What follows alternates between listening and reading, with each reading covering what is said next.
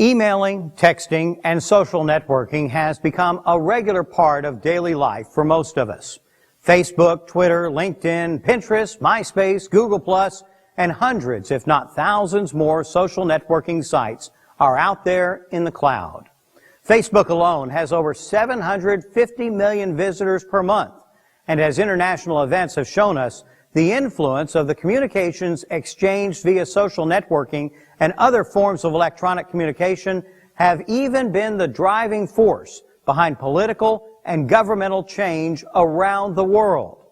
So it should be no surprise that your electronic communications, postings, and comments on social networking websites or via email or texting or any other electronic format could easily influence the outcome of your family law case.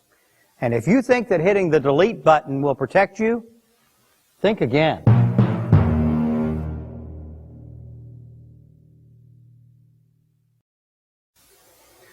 Evidence may be the key to the outcome of most types of litigation, including matters that settle without ever appearing in court. Your family law case is no exception. Evidence may be presented inside the courtroom to attempt to sway the judge or jury in your favor. Evidence may be utilized outside the courtroom to try to convince the opposing party to move closer to your position, or perhaps to try to convince you to move closer to the opposing party's position. Your social networking behavior may be evidence in your family law case, as well as your emails, your text, and other electronic communications. Although developing case law is teaching us that most electronic evidence is treated as similar to regular paper evidence, there is a difference.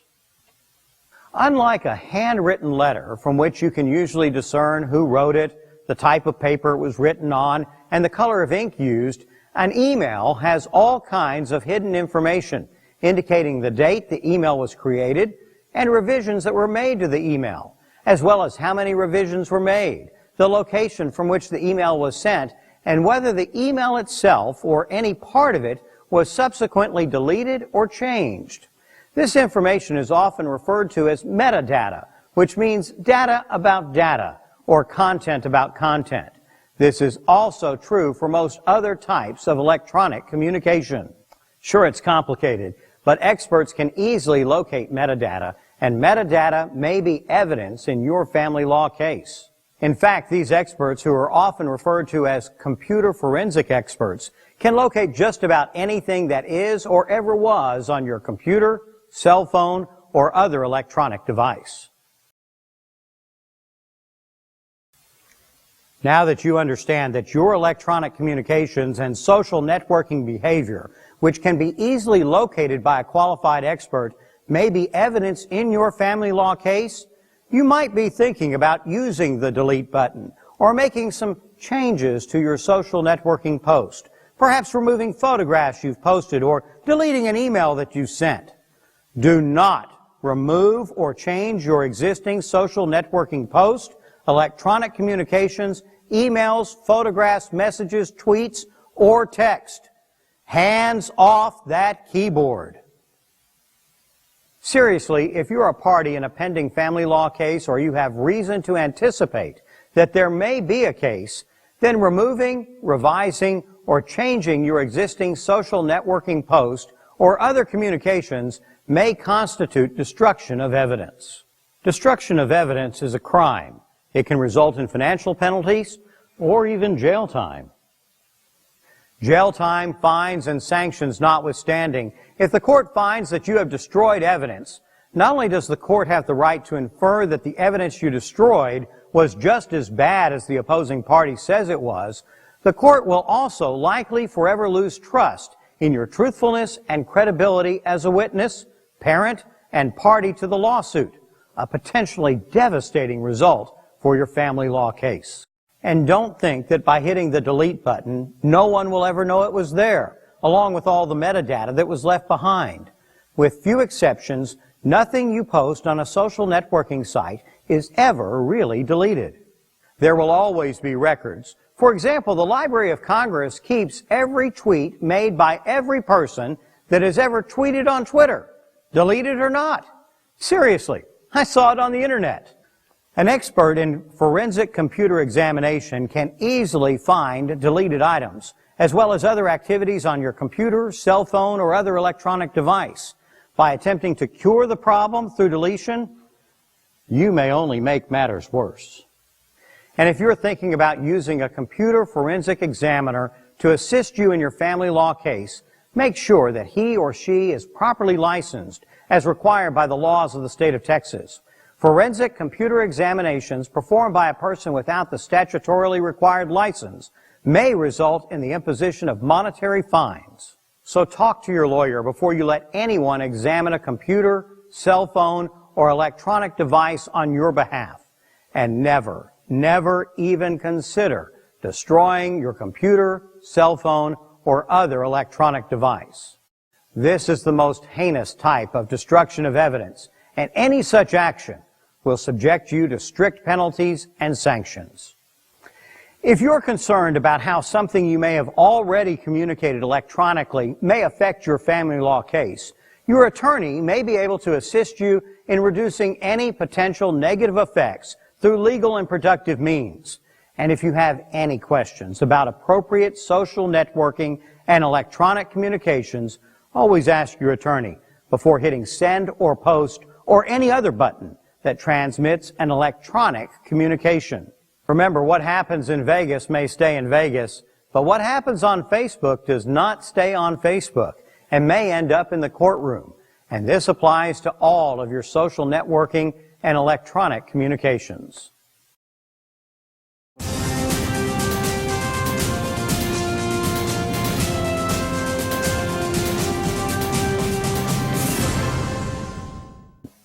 Now that you know that your social networking habits and behaviors, as well as your other electronic communications, may be evidence in your family law case, and you know that you cannot destroy or change that evidence, let's talk about how you can ethically and legally protect yourself from potential problems, such as a posting like this during your custody case, or a change in your Facebook status during your divorce, like this.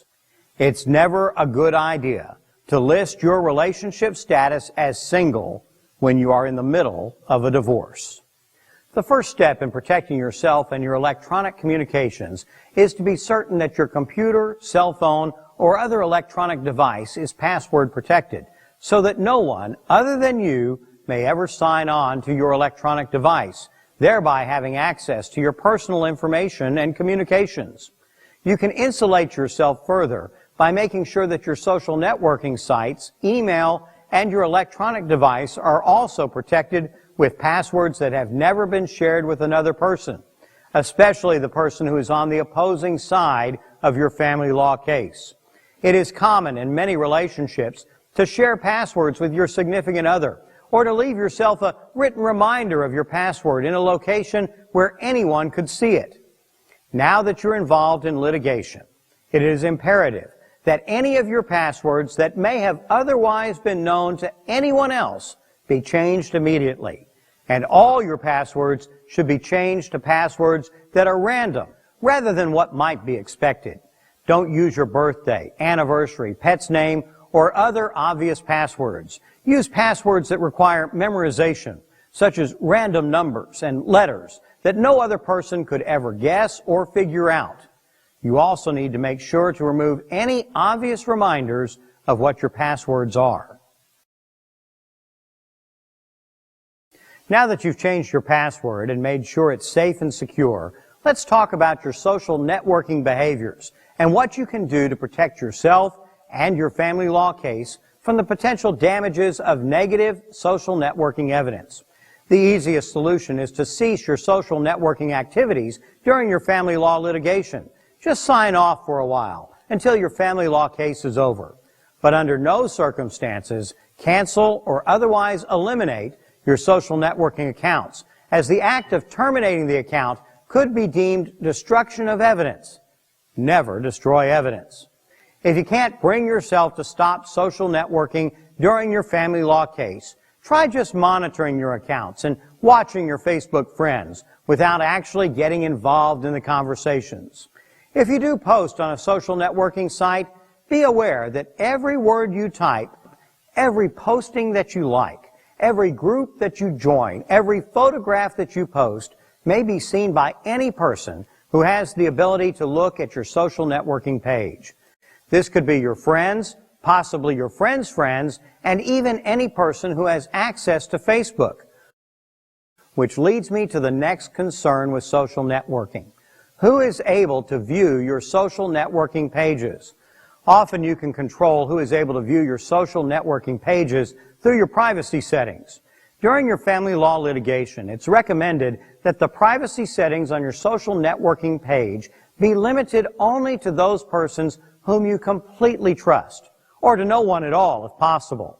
For example, if you sign on to Facebook, in the upper right-hand corner of your Facebook newsfeed or your Facebook timeline, there's an icon that looks like a padlock.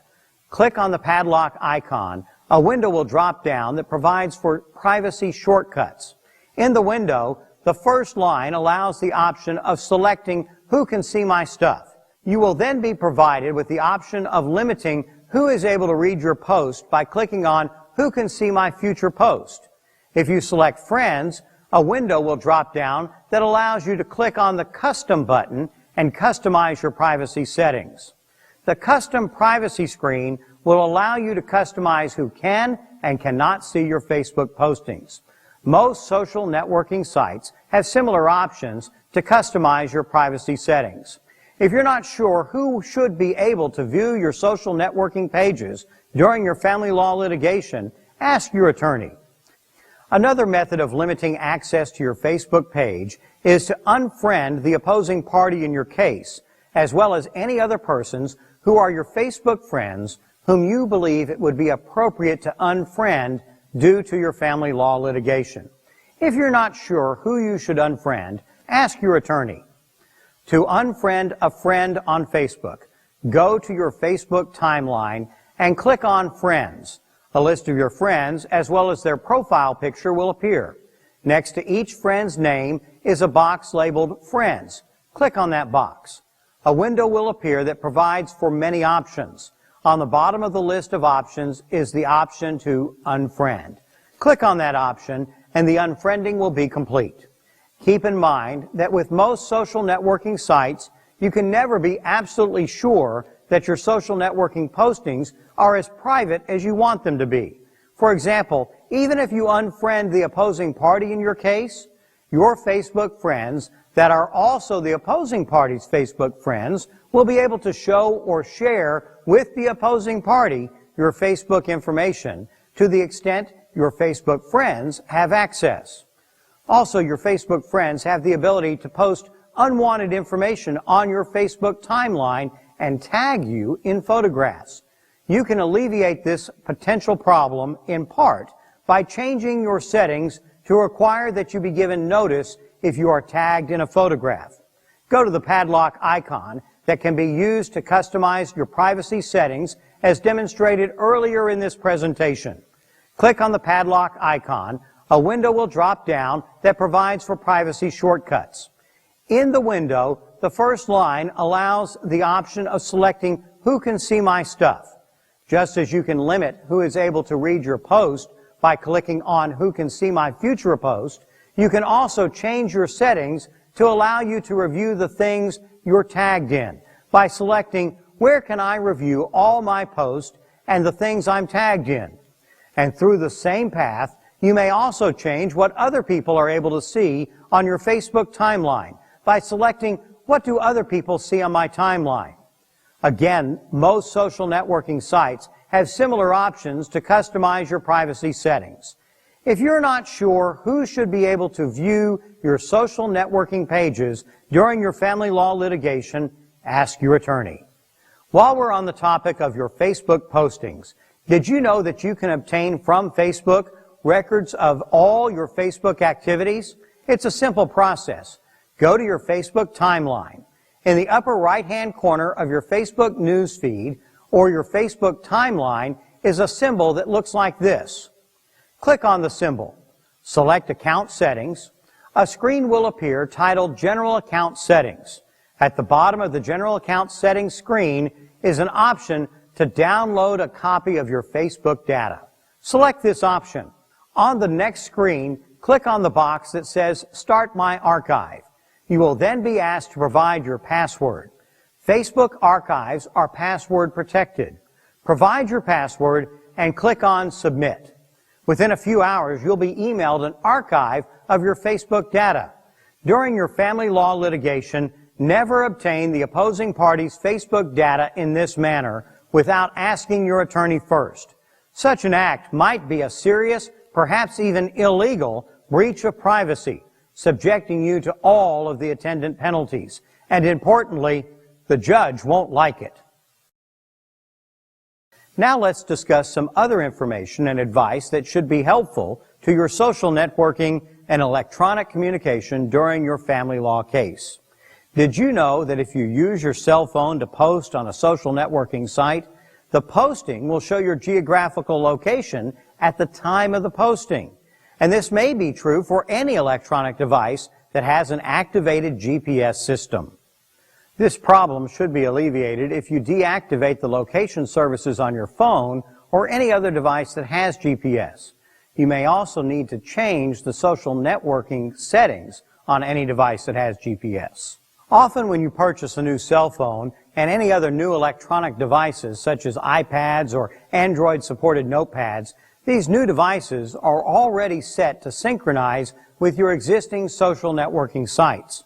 You can merely turn on your new device and you're ready to immediately begin social networking. Although this seems really convenient, you need to be aware that your new cell phone or other new electronic device will probably have default settings that allow open access to your social networking sites.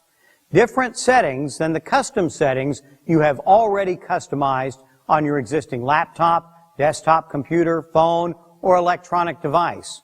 So it's important, especially during your family law case, to make sure when you purchase a new cell phone or other new electronic device that you check your social networking settings immediately and customize them. And for you tweeters on Twitter, although you can adjust your privacy settings on Twitter to limit who is able to view your tweets, if you share a tweet that someone else has made, your name will be on that shared tweet forever. And every time anyone else shares that tweet or otherwise selects an option related to that tweet, your name will pop up on that tweet. And speaking of sharing, when you share someone else's post on Facebook, your name and comments will also always appear with that post. So be careful what you share. And be careful what you tweet, even to your closest friends. If your tweet is shared, it will be out there, subject to being retweeted and retweeted again.